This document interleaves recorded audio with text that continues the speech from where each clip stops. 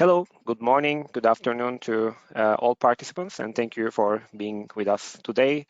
So today, as you know, so we will be talking about unveiling the Dataspace Protocol. And so in this session, as you know, this is one of the most important assets from IDSA that is in deep focus nowadays. And we will be talking about why do we need a Dataspace Protocol and the most important functionalities and its current status and the way forward. And in the second part of the session, we will have the questions and answers. And this session is powered by many projects, so including AgriDataValue, DaCapa, DataBri-X, Datamite, Dates, Divine, Disco, Enershare, U-Hubs for Data, TANGO and VELES. And today we have CTO of IDSA, Sebastian Steinbuss, with us to talk about the Dataspace Protocol. Good morning, Sebastian. Hey, good morning, Anil. Good morning, everyone. Glad to be here with you. Likewise. So I will be leaving the stage to you, and just one last announcement for everyone. So during the session, please feel free to use the questions panel or the chat panel to ask questions so that we can handle them in the second chapter of the session. So thank you, Sebastian, stage is yours. Thank you, Anil. Again, good morning and warm welcome from my side. Good morning, good afternoon, wherever you are located today. So today, our IDSA tech talk on the Dataspace Protocol. And I must admit, I missed a lot of tech talks recently where I didn't have the opportunity to talk. But now again, I can talk and present you the Dataspace Protocol. And again, it's not work that is conducted by me, but by the members of the International Dataspaces Association.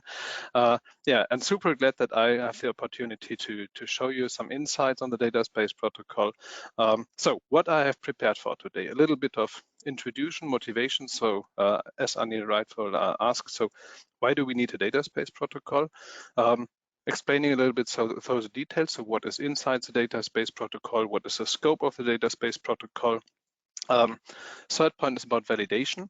So how can you in the end validate that you're compliant to the Dataspace Protocol? And then of course a little bit outlook and next steps. So what's down the road and how to move forward with the Dataspace.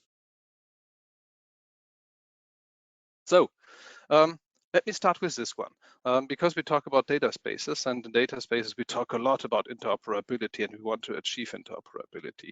But interoperability is not something like a single Boolean value that you can switch on and off again. I think most of you have seen this slide already and know the concept. So this is basically from the European Interoperability Framework. And I like the idea of those 4 different layers that we have. Technical interoperability to be achieved in a dataspace, semantic interoperability, organizational interoperability, and legal interoperability. And the IDSA work, we have an integrated governance scheme that deals with all the 4 layers. But in the end, we do not solve everything, but a very clear scope on interoperability for dataspaces. This goes beyond. So as mentioned, this is from the European Interoperability Framework. You will find other definitions of interoperability which come up with basically the same 4 layers, sometimes 5 aspects, but it's basically the same approach. With the Dataspace Protocol, we are working in the bottom level with technical interoperability to achieve technical interoperability in a data space, and not only in one data space, also beyond one data space. So to be interoperable also with different data spaces. So you as a participant with your connector implementing the Dataspace Protocol, you can at least with this regard connect to your partners in one data space, but also to other data spaces as well. That is the idea and the goal in the end of the Dataspace Protocol, to serve this layer of interoperability. So what we wanted to achieve, so the goals of the Dataspace Protocol is of course to support modern data transfer requirements, including streaming data, exchange of big data, and things that require asynchronous messaging, not only synchronous messaging, also asynchronous messaging. As already mentioned, interoperability, so a little bit of mix and match dataspace components, so you're not required to use one component from the shelf, but you can build your own one. or combine things that exist, and all of the different components should be able to work with each other and to work with each other and exchange data in the end. And it should embody standards and best practices. So giving some normative language, some clear guidance how to be conformant, and it will include a verification test suite for all normative statements. So to be clear on this, what we come up with the Dataspace Protocol. Today it's not part of the IDS certification, but it will be part of the IDS certification. So in the future, you will have to prove that you're compliant to the Dataspace Protocol to become IDS certified. So I briefly mentioned this approach of technical interoperability. So this is what we want to achieve. We want to have different implementations of connectors, participant agents, also participants in the data space that shall be able to interact with each other based on the Dataspace Protocol. So components in a given data space will be interoperable if they implement the Dataspace Protocol. And of course, this is the scope of the Dataspace Protocol, not what goes beyond the Dataspace Protocol. And I will get into the details of what is in scope and what is out of scope in the remainder of my presentation. So one really important figure that I would like to share with you and some real important concepts to understand what the Dataspace Protocol is about is, for me, this view graph. So we have the idea that we have some connectors. The participant that wants to provide or consume data will need something like a connector construct to exchange data in the end. But this concept is a little bit broader than, well, it's just a connector. First of all, we have some core functionality that you need to share data in a data space. First of all, you need some cataloging functionality. So of course, I would have to show you what kind of data do I offer? How do I offer it? What kind of services are related to this? Well, this is a cataloging functionality that you need to show everyone else. So what kind of data are you offering? And then when someone has found my data, then we want to negotiate some policy. So just say, I could say, this is my policy, take it or leave it, or we can negotiate. And this is the real important part about the Dataspace Protocol. And after we have negotiated our policies, then we can hand over to the practical data transfer, so to initiate the exchange of data in the end. And here we have two important concepts. The one thing is the control plane, something like a real reusable component that deals with cataloging, contract negotiation, policy negotiation, and then managing the practical data transfer. The data transfer itself will be handled then by a data plane that could implement different wire protocols like HTTP, a Kafka stream, whatever you need in your practical use case, but it will be managed by a data plane. So this is a conceptual thing where we divide those different concerns from the control plane and the data plane. For scalability reasons, of course, you can distribute this to different systems, or you can combine them into one single boxed connector that handles both with the control plane and the data plane. But conceptually, it is really important because the control plane is really reusable in all data spaces, serves interoperability in a data space, while the data plane is specific to your use case, to your data space, and can be implemented there. So, but let's get a little bit into the details what is inside the Dataspace Protocol. So our approach is basically we want to have really a normative specification, a very clear specification that all of you can take and implement. You can write it down, and then afterwards, after you have done this, you will have an implementation that is somehow conformant to the specification and therefore interoperable. We don't want to redefine everything. We will take what is there, though there are some standards given that we are building on, and we are just extending this slightly with the needs. With the needs that we see to achieve interoperability in data spaces. And of course, it shall be modular. So we have a foundation right now, but it shall be extensible and clear modular that you can implement the very different scopes that we have in the Dataspace Protocol. And it shall be really designed for asynchrony to meet the needs of modern data exchange and data sharing requirements. I briefly mentioned, so we build on existing standards, and there are two of them that we really reuse in the end. The first one is DCAT for the cataloging functionality. So I want to explain you, this is my data offering. Take a look on my cool data that I'm offering. So I do offer technically a catalog. So DCAT, a data catalog, it's a catalog. And in my catalog, you will find some data sets that are somehow related to a data service. So here's an endpoint, the service that you can use later on to use my data, and explain also the distribution. So what is the data like and how does it look like, what you can find inside. And I mentioned in the beginning, I also want to have a policy attached to this data. You may use my data for a week, only in a given scope, or whatever the policy is. This includes usage policies, but also assess policies. So under which conditions are you allowed to assess my data in the first place? And those policies are expressed in ODRL, so the Open Digital Rights language, that can basically describe the policies and the agreements that are associated with the data asset that is expressed in DCAT again. So then the question could be, then if you use those two standards, why do you need a Dataspace protocol on top of that? What does it do? So this is very clearly, at least for me. So what we need is some description how you can use both standards in the interactions between the two parties or multiple parties. So, and what we need to do so is we have to clearly describe the messages and the underlying information model. So what kind of messages will be exchanged between the parties? What is the sequence of the messages? So what is the first message? What is the last messages? And what are the states in between? And then, of course, we have to tie it to a certain API so that you can really use it in your practical usage, in your programming code, and so on and so forth. So I mentioned it is a modular structure, so we focus on three aspects in the Dataspace protocol. A catalog protocol describing, so this is my offering. Then the contract or policy negotiation protocol, and the transfer process protocol. Each of those three different protocols will have their own messages that will be exchanged, and they will have, or they have a state machine indicating so what is the expected behavior and how to navigate through the different steps using the right messages. And those things, both the messages and the state machines, they're independent of a tangible binding. Because we want to be agnostic from a certain technology, but of course we offer in the first place one tangible API binding, and we decided to use a REST API binding.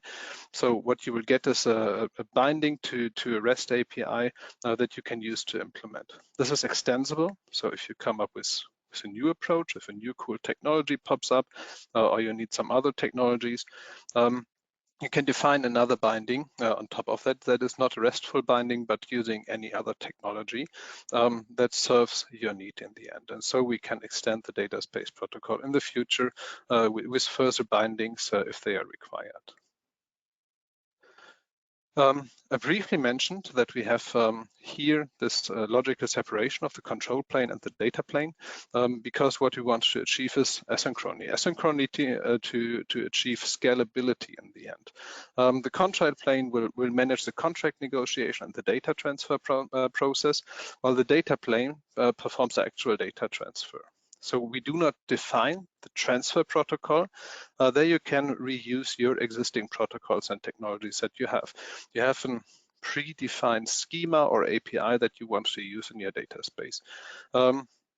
In logistics, there is still the notion of EDI messages. So this is something that you can use. A FHIR or DICOM API if you're in healthcare, and whatever you have at hand. So you can reuse what you have already defined in your domain and use it there then as a data plane, and it will be managed based on the contract that are defined by the control planes. And this also enables really high performance architectures because as I said, it is asynchronous on the one hand side and decoupled both aspects, the data plane and the control plane. So we can easily negotiate a contract and then I can show you, so here is my S3 bucket, here is my database, here is a Kafka stream that you can use, and there we can handle the scalability of the data transfer itself via the right tools and measures that are appropriate for your use case. And again, the hint, so this does not mean that all implementation must be architected like this, so having a huge cloud environment with a lot of different services and being highly distributed. Of course, you can embed both things into one system in an embedded device or in a box connector that you want to use. And this connector could perform both tasks in the end. As a foundation, so the messages will use or do use JSON-LD to describe really the messages and what kind of attributes, what is the structure, and what do you need, what are mandatory elements, and what are optional elements that you want to use in the end. Of course, we have message schemas that you can use to also validate your messages that you want to share, or also the messages that you receive in the end. And then we have our solid state machines that you can use for the subsequent processes. So state machines. So this is the real and clear way forward how you exchange data between two participants. Because why do we need those state machines? You have two participants being distributed, so having two different systems, and you need a clear schema how to interact with each other. So if I receive a message, what are the possible messages that I can send back to the other participant so that both parties can maintain the state of the current interaction on their own in a distributed way. This is why we define those state machines. I want to get back to the catalog first. So catalog, set it as pure DCAT and ODRL. We use a simple and straightforward format to consume and exchange this one. This is JSON. Again, based on existing standards, it allows extensibility with namespace support and so on and so forth. And you can, on top of that, easily implement other things like access control, but those things are implementation specific. One aspect that really changed from the recent versions of the IDSA work is that we don't define here a clear broker protocol, not in the Dataspace protocol. That does not mean that we don't need a broker protocol at all, but in the basic functionality, it is not needed. So a catalog can be easily distributed or centralized, a decentralized catalog, whatever you want to build up. So the important point for the Dataspace protocol is here that you have a data offering and that each participant publishes this information. And then, of course, a given data space can decide to implement something like a metadata broker, a registry for all the different endpoints that you have in your data space. But this is optional. That is supported by the Dataspace protocol, but it's not part of the Dataspace protocol. That is something that really goes beyond this. But now I think, yes, state machines is on my next slide. So this is for the contract negotiation. While the cataloging functionality is about publishing, I do publish my catalog and then it's usable and consumable. The contract negotiation is required to really navigate through the different steps to come to a contract, to a policy that is related to the data transaction at hand. Important here is both parties can initiate such a negotiation sequence. Of course, as a data provider, I can offer, here is my data set, and you can find it, you can use it. What is also an important requirement, sometimes the consumer will ask, could you give me a data set that is related to whatever? And so the consumer could request an offering, a catalog information from a given provider. Then you navigate through the different steps, having a requested or an offered policy, and then both parties can accept and agree this one. And afterwards, it will be verified and finalized. When you have a finalized contract negotiation, then you're good to go with the next steps and start the data exchange. Of course, both parties can always terminate the negotiation sequence. We are completely aware that this is something that can be completely conducted automatically. Two machines within seconds can negotiate a policy and agree on that, but that's not always a reality. Sometimes you would have to check back with other persons, like a lawyer, like someone who is in the business field, or with your technical guys that will need to analyze, so is this something like a data set that I can use in my systems afterwards? All those things. So all those different steps might take a while, and we don't have here a clear timeout. So saying after 60 seconds, when you didn't move to the next state, then we will raise a timeout and this step will be terminated. And that's not defined. That is something that you can decide then in your implementation afterwards, when and how to navigate to the terminated state. But of course, the other party will know that you moved to terminated, and then you can restart with the process from the beginning. As mentioned, what you will end up with is typically a negotiated contract, so a policy that both parties agreed and verified on. These are the data that we want to share with those methods and under such policies. And then you will move to the next step that you really want to exchange the data. And this is about the transfer process. The transfer process is basically pretty easy and straightforward. The consumer will request the data once the policy is agreed and finalized. The consumer will request, so please provide me the data. And then the provider will typically need some time to set up a service to provide the data set. Sometimes you will have it all in your store and you can just say, here, well, you go. Sometimes, well, you need some preparation time. You will need to spin up a service, to populate the data, to clean the data, to prepare the data, whatever. This might take a while. And then you can move to start it after you're done so far. Then the consumer can start receiving the data and moving forward. We have an additional state here, the suspended state, if something goes wrong in the middle of the process. And this is not about the wire protocols. So it's not about, well, I unplugged the network cable, Wi-Fi is down or whatever, internet connection is gone. This is taken care by the wire protocols in the data planes to suspend and restart or continue the data transfer in the end. We need to suspend the data, the data exchange for some more business-related reasons. For example, you didn't pay the invoice, so I will suspend you. You have a security issue, so you cannot use the data anymore. Any other business, more or less business-related issue can lead to the fact that both parties can suspend the data exchange and then continue it afterwards. I'm moving to the started state again with sending the appropriate message. And then finally, after all the data is exchanged, the transaction is completed, you will move to the completed state and move forward. There is also, again, for error handling, this terminated state, which you will then have to deal with. So if something really goes wrong, during the data exchange process, you will move to the terminated process, and then maybe it will need more than one person, so one technical person to tidy up the processes, then maybe also some legal person that needs to tidy up and check, okay, well, there was a contract that was signed, and now we have to tidy up a little bit, so what does this mean? So, but we cover here only the technical parts, move to terminated, and then you have to tidy up. What tidy up means is not part of the Dataspace Protocol specifications. This is basically it, what we have in the Dataspace Protocol. Very lean, straightforward, using standards and standard technology to provide a scalable and interoperable specification that you can use to exchange data afterwards in the data space. I mentioned in the beginning that on the one hand side, we have this specification document that you have to implement then in the end, or use components that have implemented those in the end. But you want to know if something is really compliant to the Dataspace Protocol or not. So we need a proof for that. If we have independent implementations, then somehow they should be interoperable. But how do you know? So our approach is for that one to come up with a compliance validation framework.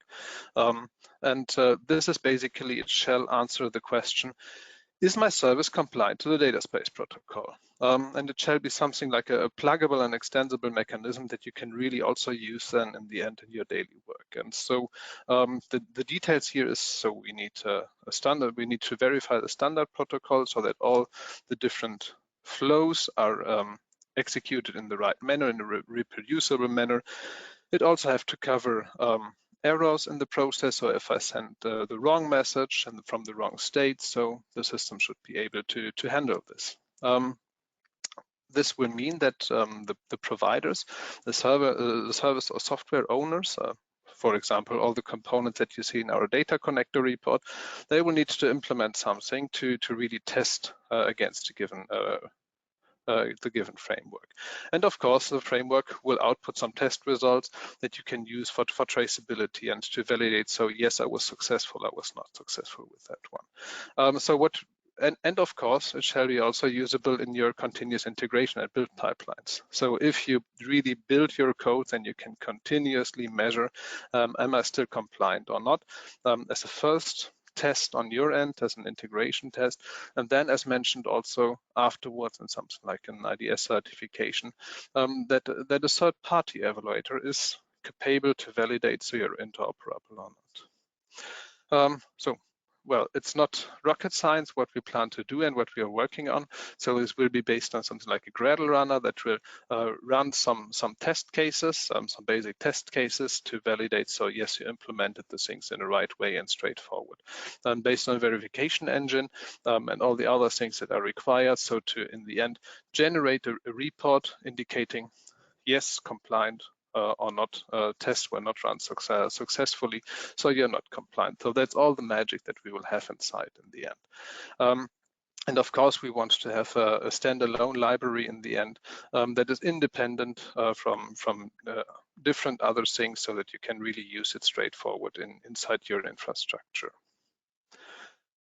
What are our next steps? So I think we made this webinar at the right point in time because the Dataspace Protocol is very close to finished. We are currently working towards a public review, our version 1 pre-release that we will have until the end of the year. We have at the moment 30 open issues in our specification document. We don't have any critical issues anymore, so that is great success, and we have 8 open that we want to have resolved for our version 1 pre-release. We also have initiated a best practice document because the specification shall really stay lean and slim. But we had a lot of important discussions around the Dataspace Protocol. So why did we decide for this one and not for that one? What kind of consequences does something have? What do I have to consider afterwards in my tangible implementation? This will be part of the best practices document. The version 1 pre-release will be issued until the end of the year, so it's a right point in time for all of you to take a look and to comment and to review if there is something really unclear, if something has to be rephrased, because you really don't get the glimpse of what is inside. So this is really the right point in time to take a closer look and to comment if you would like to. Our way forward is, so we really want to make this a real specification, and I mentioned that we need both parts, the specification document and validation framework. So in this case, a TCK, a technology compatibility kit. We will use the Eclipse Foundation's specification processes to really generate a real release specification out of this, because of the maturity and the potential of the Eclipse Foundation's governance process. We choose this way forward to make this an Eclipse specification. IDSA is working on the document and is preparing the documents, the specification document. What we as IDSA typically don't do is we don't build software. We don't write source code, but this is something that we can do inside an Eclipse project together with our friends and supporters to come up with a technology compatibility kit. So we utilize this process of the Eclipse specification to use the IDSA specification document, combine it with a TCK, and then create a release afterwards out of this, a very clear release. So this is the Dataspace Protocol version 1 that is combined then with the TCK and the specification document in a real stable manner that you can all use and rely on, that it will not just change every day, but have something like a very stable release process. This is our way forward, and we are currently kicking off this project to come up with an Eclipse specification based on the Dataspace Protocol.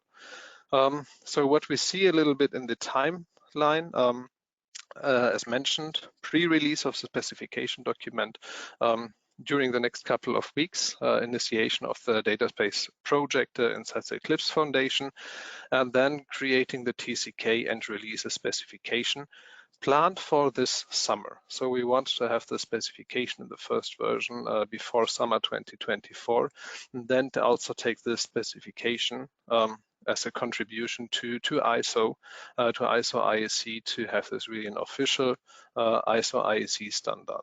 So this is our way forward. Currently, as mentioned, planned to have this until summer, but this heavily depends, of course, on the resources, on the contributions to the TCK especially. So, and with that one, I would like to close. Of course, letting you know, you can find the Dataspace Protocol, of course, in the IDSA knowledge base, and you can find it on GitHub in our GitHub organization, and it's still named IDS specification. So this might change in the future, but this is currently the links where you can find it. You can read it. And of course, you can comment it on GitHub, raise an issue, go to the discussions and comment and ask things. So, and with that, I think my presentation is done. Anil, do you have questions? Does the audience have questions? You would be surprised if I would say no, I guess, because we are quite crowded today. So thank you very much, Sebastian, for the great and comprehensive presentation. And I think this is really a good source of inspiration for the projects and organizations who are planning to implement Dataspace Protocol or be compliant with it. So let's not spend any more seconds with that. So one question comes from Alex Bourlier from Starting Blocks, and so I will read it directly. So nice to meet you, Sebastian. I assume you know about Solid. So what triggered the need to develop something else to achieve interoperability? What are the limits of Solid that IDSA is trying to overcome? What is the Dataspace Protocol is built for that Solid is not already addressing? Okay, so I think we'll need another webinar to answer your question. Alex, good question. That's a great point, and I'm looking for the answers. So let me give you my current answer that I'm always wishing to challenge. And I got back to this slide here to answer you a little bit. So what I'm missing in Solid is especially the ability for the negotiation of policies. That's something that I did not found in Solid yet. And then afterwards, you have the negotiation done of the policies to hand over to a practical data exchange. So to be practical, where I see Solid is to be a perfect data plane in the end, here in the bottom part. So if I have negotiated with you, Alex, so yes, of course, you are allowed to assess my data and so on and so forth. We've negotiated a policy in ODRL. Then we can initiate this, and I can load my policy simply into my pod, and then I can give you access to my Solid pod, and you can use the data and move forward with that one. So this is how the things are connected to each other. This will mean that, at least to my knowledge, at least I don't know any Solid pod that implements ODRL directly, that you might have to translate your policy. So we have an ODRL policy that needs then to be translated to something that is directly usable inside your Solid pod to configure the access control of the Solid pods in the end. So this is my view on this one, and of course happy to be challenged with my perspective, and this is because this is where I see where the Dataspace Protocol and Solid really extend each other and complement each other, but as said, happy to get challenged on that one. So that was a great question and answer, and also a great idea for a tech talk session. So because there's like this thing that we are always discussing, like IDS is only for organizations and Solid is only for individuals, and the intersection should be discussed more, we guess, because we are always in every occasion getting this question, and we need a clear positioning on that, definitely. And Anil, I heard about that people are working also on that questions, and I think you're the right candidate to indicate. So it's not named personal data spaces. So what is our group name that is discussing this one? Personal data and IDS sub-working group, which is a sub-working group of architecture working group. Yes, that's a great place to have this discussion. So we will be organizing something from this sub-working group. So another question from Alex is, has the Dataspace Protocol been built to address some use cases? If so, could you mention them? If not, do you know it will be used, how it will be used, if there's a client need or pain being addressed by the protocol. So I didn't really got the last point about the pain. I hope I was pretty clear with the way forward. So we want to make this something like a standard, an open standard that is usable by everyone. Like, you know, the work from IDSA, so something that is open and usable, and you don't have to pay license fees or something on top of that. That's not the idea. And of course, yes, we have use cases that indicated there is a need for the Dataspace protocol. Maybe to also do a little bit self-advertising, you can visit the IDSA homepage, internationaldataSpaces.org. They will find a radar with something like 100+ data spaces and use cases that of course we track closely, and we are in discussions and we analyze the need. This is one of the core needs, to be interoperable on the one hand side, to have a foundation, a clear foundation to indicate when you are really a data space participant or not, and indicating, well, this is a foundation that you need, and we need this scalability here. So it's not only providing terms and conditions, this is how you can use it, and then you have to go, that we need, not in every case, but in a lot of cases, in this negotiation sequence, that we need the scalability aspects, that it's not only a limited box, but we need scalable services, cloud-based services to really address the needs. And so this is where you can go and find a lot of interesting details. And of course, to name them, we have Catena-X, for example, as an automotive case. We have the SCSN as a logistics case. We have Anil is working a lot on agriculture use cases. We have agricultural use cases like from AgriDataValue. No, I think it was the wrong project. You have to correct me, Anil. So we have use cases from a lot of different domains that we address, and that all show basically the same need. This is what we need. Plus, and I will close my answer with that one, we see the need from the participants. So they clearly say, well, I'm typically not part in one data space. What if I do have to be part in multiple data spaces?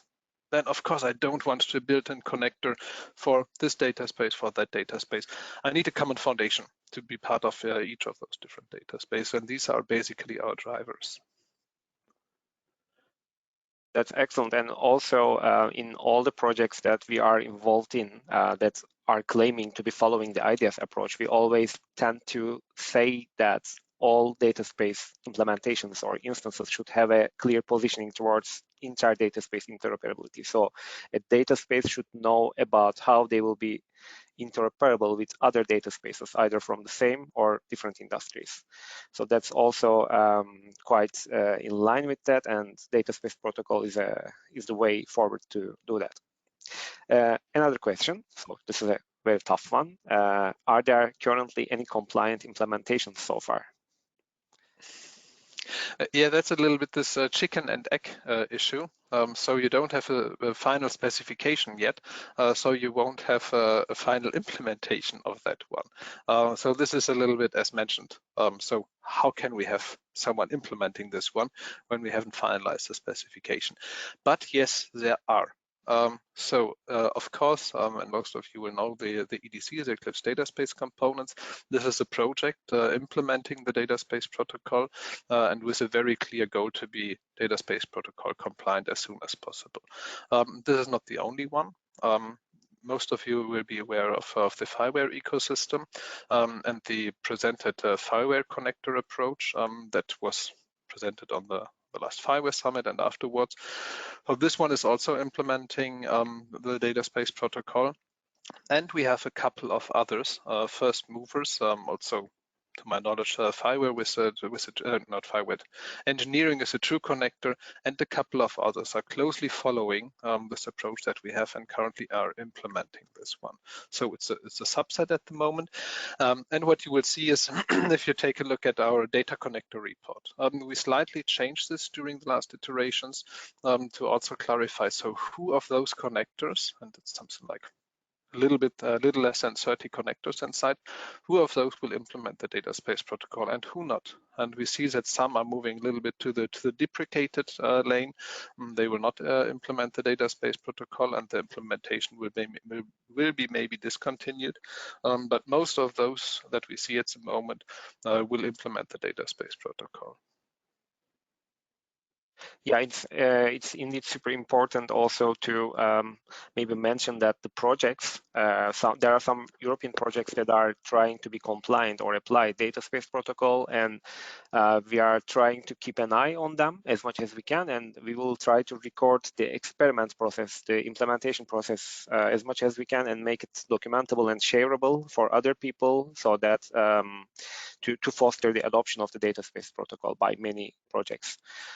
So that's also a process that's going on, and we are keeping our both eyes on them. So another question from Alex Tursky is the control plane allows or does not allow participants the requested access. The question is, how do we know or authenticate participants in the first place? Alex, good question from your end. You will be surprised by the answer. I don't know. So that is not part of the Dataspace protocol, because what we see is that this is something that can be implemented in various different ways. Of course, we could have some good ideas how to implement that, but we intentionally separated those things. So to clearly indicate, so this is Dataspace protocol, cataloging, contract negotiation, policy negotiation, and then managing the data transfer. And then this has to be complemented by something else. And my working name for that is a trust protocol. So something that you need to authenticate, to authorize, and so on and so forth. This is complementary to the Dataspace protocol. So meaning this one is open to the means that you have, or using any other existing standards that can be combined with the Dataspace protocol. And here I think we have to step one step back and understand again the foundation of a data space, where we have the participants that have to implement the Dataspace protocol and to exchange data in the end. And then we have a data space authority, so something like an organization or just a contract that defines a data space. And this definition of a data space, this has to describe, first of all, yes, you have to use a Dataspace protocol, and this is a trust protocol that you will have to implement. May it be option A, option B, option C, or whatever, but it has to be defined. It's not part of the Dataspace protocol because we have a very clear concern and scope here to solve. But of course, this has to be solved by a given data space in the definition phase. Perfect. So I will try to accelerate with the remaining questions because we have too many. So would an event sourcing approach supply an even more robust protocol, especially when it is asynchronous? Oh, that's a tough one. So I can't have a clear answer on this. So I think we should discuss this really in a little bit more detail. So how to combine this? For me, this is something that is basically something that could be done in the end in the data planes. So implementation of the data plane. I don't see at the moment the clear relation to the negotiation sequence in the end. So this is something that we need to discuss. What the real approach would be to use event sourcing also for the control planes, for the data planes, yes, but I don't see the clear relationship to the control plane. So happy to have this discussion and warmly invite you to our Thursday's meeting to discuss this, to see how those things combine to each other. I said I can't answer at the moment because it's really a broad and complex question, but happy to discuss. And as I said, we have a best practices document where we can also describe exactly such things in the end.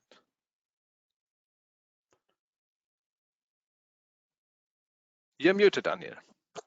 Sorry, well, I shouldn't do that in a webinar, right? So sorry. So I will go with grouping some questions. So one of them, so some of them are about how does Dataspace Protocol specification relate to initiatives like Gaia-X or Catena-X? What is the relationship to Gaia-X and distributed ledger technologies? So this is one of the frequently asked questions group. Is there a link with Gaia-X? So it has no relation to distributed ledgers because it's a specification document, and it does not really nominate or relate some certain technologies. Feel free to implement it on a distributed ledger on any technology of your choice in the backend if you build the components in the end. But it doesn't nominate something like blockchain DLTs or whatever as technology to implement that one. First part of the question, and then you named Catena-X, so take a closer look at the Catena-X definitions. So Catena-X also has something like a certification, so something that you need to have and implement if you want to be part of the Catena-X network. Compliance to the Dataspace Protocol is part of the status of Catena-X, so they clearly nominate this one here. And then the question, how relates this to Gaia-X? Well, at the moment, not at all, because, well, this is an IDSA activity that we do, and it's not a Gaia-X activity that we do. But of course, there is a relationship, and most of you will know that there is a Dataspace Business Alliance, a DSBA, where we also crafted our technical coherence document, and the Dataspace Protocol is also part of the DSBA tech coherence document, meaning that, of course, the goal is to combine and to converge with those different assets and artifacts. So this is a goal, and we have some ideas how to do that in the technical convergence. Practically, for Gaia-X, this would mean that we have to relate this very clearly to the data exchange specifications that you have in Gaia-X. And for me, at least, taking a look at the current document, the data exchange specification of Gaia-X, and what we have in the Dataspace Protocol, where we see a lot of requirements in the Gaia-X document, and we see some very clear specification in the Dataspace Protocol. So this could be a match. So this is my statement. This could be a match, but of course it's a duty and the role of the data exchange group in Gaia-X and the technical committee and the Gaia-X association to either support and nominate, mandate, whatever the Dataspace Protocol or not, choose it as one alternative or not. So we can propose, but it's about your work, our work inside Gaia-X to see how this fulfills the need of Gaia-X or not. Awesome. Another group of questions is coming. How does the Dataspace Protocol relate to the building blocks of dataspaces? And what will then happen with the IDS connector testbed? Will they be deprecated? Yeah, that's a big block. A little bit of history lessons. So the building blocks were an approach by the OpenDI project. So there was a documented design principles for dataspaces that is already a couple of years old. And of course, the Dataspace Protocol is not reflected in the original publication.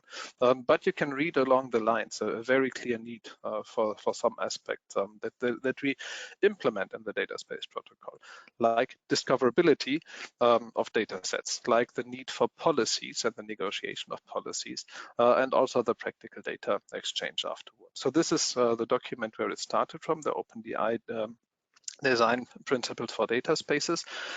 Today we have the DSSC, the Data Spaces Support Center, coming up with a blueprint for data spaces and also using those building blocks. And those building blocks have slightly changed since the original OpenDI publication, but not fundamentally. And if you take a look at the DSSC blueprint in version 0.5, you will find a clear reference also to the ideas of the Dataspace Protocol, to the notion of control planes and data planes and how those fit together. So it's also identified by the DSSC that what we do here has an impact on the building blocks. It will not solve everything in the building blocks, but at least part of this. Did I get all your points? I think there was a third point in your question that I now forgot, Anil. So it was about whether the components will be deprecated or The testbed, yeah. Yeah, Yes. testbed and connector.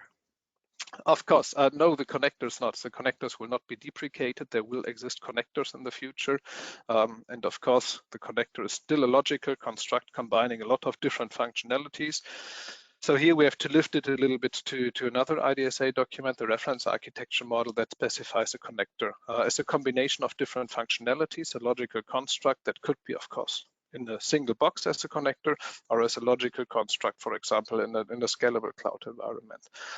So it will not deprecate the connector construct. What will be deprecated is the current IDS testbed. So we have today an IDS testbed that validates compliance against a given milestone or release of the IDS documentations.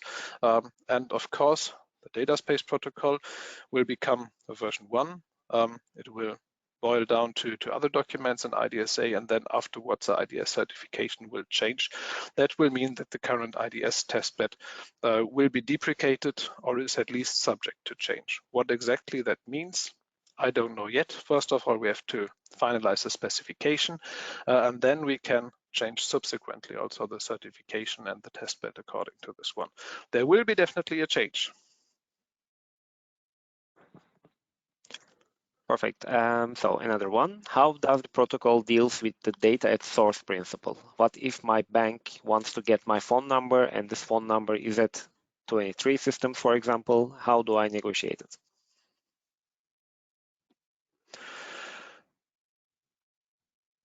I don't know if I completely got this question right. So this is not strongly related to what we do with the Dataspace Protocol. This is again a question of the data planes in the end. So what you can negotiate inside such a policy is where to get access to this data set and how you're allowed to use it. So this is what you do, and then it hands over to a data plane, to a given data plane. And these principles, like data at source, could be implemented by a given data plane. So it's about you then to have a great project to build a data plane that implements such concepts, for example, to keep data at the source, to also do things like remote execution of algorithms, so sending my algorithm to the data and not sharing the data in the end. This is a data plane problem that could and should be solved then there. So as I said, we tried to solve the generic part there, but all the different approaches to data exchange and data sharing, they could be very different depending on the technology that you choose, on the requirements that come from your data space, from your use cases. So you have the freedom in the data plane afterwards to implement it like you need.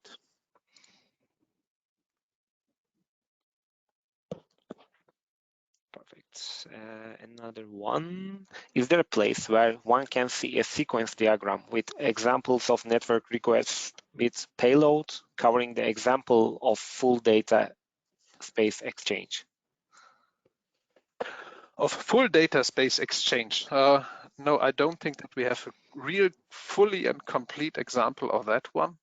But what you will find is at least some sequence diagrams in the specification document where the different steps are illustrated also with sequence diagrams. Here in this presentation, I only shared the state machines to illustrate a little bit how this works. So of course, it is complemented by the message definitions that you will find in the specifications. Clearly defined message specifications and JSON LD with all the things that you need there. And it's also complemented with some sequence diagrams that clearly indicate what is the message flow in the different steps. A real comprehensive sequence diagram from here you start with the utmost beginning and there you end in the end. I'm not aware of that one at the moment. Awesome. Another one is coming. So the concept of data space does not include, is there a place where, no, this is not the one, sorry. We are wondering if there are specific requirements at the Dataspace Protocol level for two different data spaces to communicate with each other.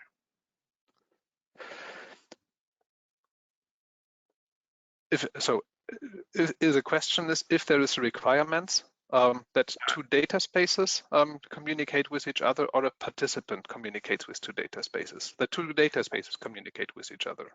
Two different data spaces communicate each other. That is a good question. But this would not be part of the Dataspace protocol. In the end, this is something that we describe pretty well from my perspective in the rulebook. And I don't have the slide here at hand. But what you will find there is the concept. Oh, I have a slide on that. So let me get to one slide. Does it work? I cannot. So I started with the different layers of interoperability. I hope you remember that one. And that we have in the European interoperability framework, those 4 different layers of interoperability: technical, semantic, organizational, and legal interoperability. So what was also on the slide is a notion that this aspects of technical and semantic interoperability should be basically solved and implemented by a participant in the data space. So I have to deal with the technical interoperability, implement semantic interoperability. But the main questions of organization and legal interoperability are solved within a data space. So the data space is defined by the members, the participants in the data space in the end, that want to exchange data with each other, to collaborate with each other under a given set of policies. And then there are 2 perspectives on that. For me as a participant, I want to be in data space A and in data space B. So I have to implement both policies, and I have to and both standards, all the obligation that I have to implement it as a participant. And then I can be part of data space A and data space B. And then we have different data spaces, and they might be interoperable or not. And so I can be interoperable as a participant, but sometimes you will realize, well, it might make sense that 2 different data spaces collaborate with each other. So we acknowledge the rules of the others, so that it's easier for the participants to roam, for example, and there might be other benefits. And this is something like a federation of the different data spaces. But that means that you have to resolve interoperability on organizational and legal level. So we as techies, we might be the last ones to know about that after the ones in the organization and legal interoperability have resolved all the different questions. They might show up and say, so you would have to change something in the code because now we have a federation of those different data spaces. For me, this is similar like we have here in Europe with the European Union and the Schengen Agreement. So where we have some structure that is used from different parts, from different data spaces or countries here in the European Union. So within the IDS RAM 4.0, the clearinghouse and metadata broker are optional components, but it seems that these functionalities are included in the protocol by default. Yes, so a good point, because metadata broker, that's a component, but it's optional already in RAM 4. Likewise, the clearinghouse. But the connectors need to implement the core functionalities. So the connectors must be able to also be able to communicate and interact with optional components. So and this is what we also have here in the Dataspace protocol, at least for the idea of the metadata broker. We need the ability that every participant can provide a catalog telling this is my data source. These are the data sets that you can use from my end. And then you can do different things. You can crawl each and every participant in the data space and ask, hey, Anil, what kind of data do you have? And then I build my own model because I have a huge data center and the capability to do so. Then you don't need a metadata broker or something like this. It's still optional. Sometimes you will realize, well, it might be helpful to have such a registry, a marketplace, whatever this is in the end, and to provide this as a value-added service. So still it's optional, but the core functionality is there that you're able to build such a thing in a decentralized or in a distributed way. The other thing about the clearinghouse, it's currently not really part of the Dataspace protocol. It's on our to-do list. So again, coming from the IDSA rulebook, there we clearly indicate this capability as observability. I must be able to observe a transaction somehow. In the DSSC building blocks, it's provenance and traceability, so looking into both directions. Provenance, where did the data come from? Traceability, what did you do with my data after it has left my data center? So this is still a capability functionality that is required, currently not specified in the Dataspace protocol. It is on our to-do list to work on that one. Perfect. And so one last question, because timing doesn't allow us to accommodate more, unfortunately. can we expect an update of the IDS information model to become Dataspace Protocol information model? I see an information model section in the current draft, but it's mostly a schematic conceptual representation, while the current IDS information model includes an ontology, which is the normative part. Yes, so this is not eventually resolved because the current IDS information model needs to evolve because what we did in the information model is, well, we use ODRL and DCAT as a standard, but it's somehow encapsulated in a whole ontology. Now we somehow disassemble this one a little bit. This is something that we are doing, so the IDS information model will still be important and relevant to describe data as a tradable asset, because it is more than just DCAT and ODRL. There are more information required, and we need to come up with a comprehensive model for that. This is work in progress that we are working on, together with our current approach to work into the direction of a reference architecture model 5. So we have reference architecture model 4.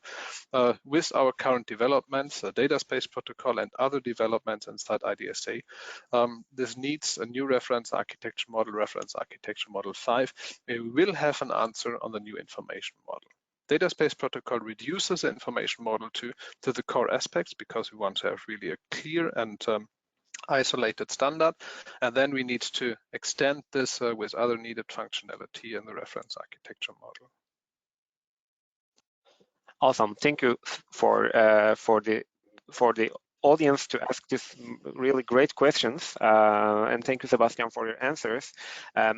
I think this was a really great source of inspiration and a learning experience for us, because you gave us a lot of great hints for creating an FAQ for Dataspace Protocol. So we will definitely answer these questions in the form of an FAQ within the Dataspace Protocol. And besides that, so the most frequently asked question of all webinars, we will be sharing this video on our YouTube channel, and also the slides will be made available to all the registrants of this session. So, Sebastian, you have any final closing words? Thanks to all of you for joining. Thanks for the great questions and for challenging us. This is an important thing to move forward, and we need your feedback, the comments from the whole community to move forward with that one. So also, as I said, happy to continue the discussion afterwards in any given way, like the FAQ, for example, but also everything else. Thanks for listening, folks. Thank you, and wish you a great rest of the week. Bye-bye.